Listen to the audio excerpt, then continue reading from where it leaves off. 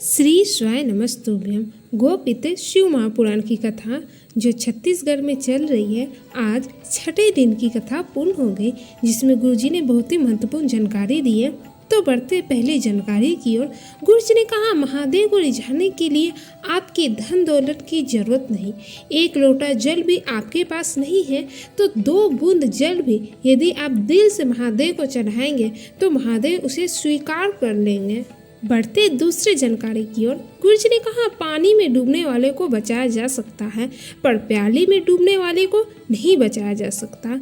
आपका नशा कोई नहीं छुड़ा सकता, आप स्वयं संकल्प लेकर इसे छोड़ सकते हैं। बढ़ते तीसरे जानकारी की ओर, गुरुजी ने कहा, 3 नशा सबसे प्रबल है। पहला, शराब का नशा, ये 4-5 घंटे तक रहती है। दूसरा, धन दौलत का नशा, कुर्सी का नशा, जब धन दौलत कुर्सी चली जाएगी तो ये नशा भी अपने आप चला जाता है।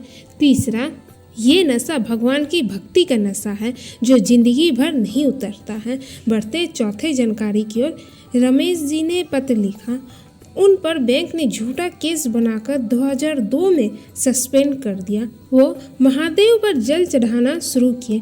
20 साल बाद वो केस जीत गए, उन्हें नौकरी मिली, रिटायरमेंट भी मिला। बढ़ते 5वीं जानकारी की ओर, गुरुजी ने कहा, शंकर जी के मंदिर में झाड़ू लगाने वाला, पोछा लगाने वाला, पूजा आरती करने वाला, शंकर जी के मंदिर की चाकरी करने वाला, सेवा करने वाला दूसरी बार जन्म नहीं लेता, वो शंकर जी के धाम में रह जाता है।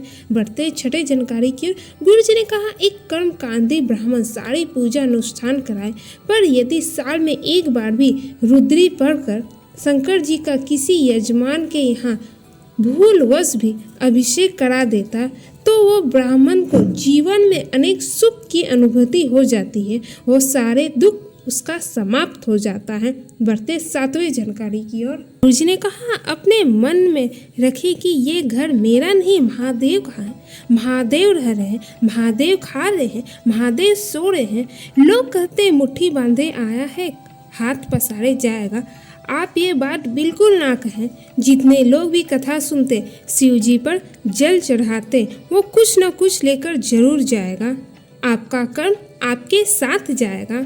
बढ़ते हैं 8वीं जानकारी की ओर, गीता जी ने पत्र लिखा, उनकी भतीजी की शादी के कई साल हो गए थे, संतान सुख नहीं था तो रुद्राक्ष महोत्सव में वो सिहोर गए। बाबा से विनती करी, वहाँ का रुद्राक्ष और कंकड़ साथ में ले आए। वहाँ से आने के बाद सफ़ेद आंकड़े का प्रयोग करा। 1 सप्ताह के बाद ही भतीजी का गर्भ ठहर गया, उनके यहाँ संतान की प्राप्ति हुई। बढ़ते हैं 9वीं जानकारी की ओर, गुरुजी ने कहा, आप ये न सोचिए कि मैं शिवालय जा रहा हूँ, मैं शिव महापुराण की कथा सुनने जा रहा हूँ। महादेव बुलाते हैं तब आप जाते हैं।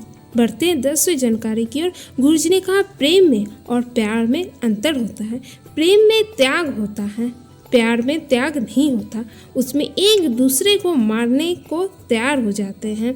बढ़ते हैं 11वीं जानकारी की ओर, गंगदेव साहू जी ने पत्र लिखा, उनका मझिला बेटा का एक्सीडेंट हो गया, वेंटिलेटर पर डाल दिया गया। डॉक्टर ने कहा 1 हफ्ते के अंदर होश आ गया तो ठीक है, नहीं तो इसकी कोई जवाबदारी नहीं है।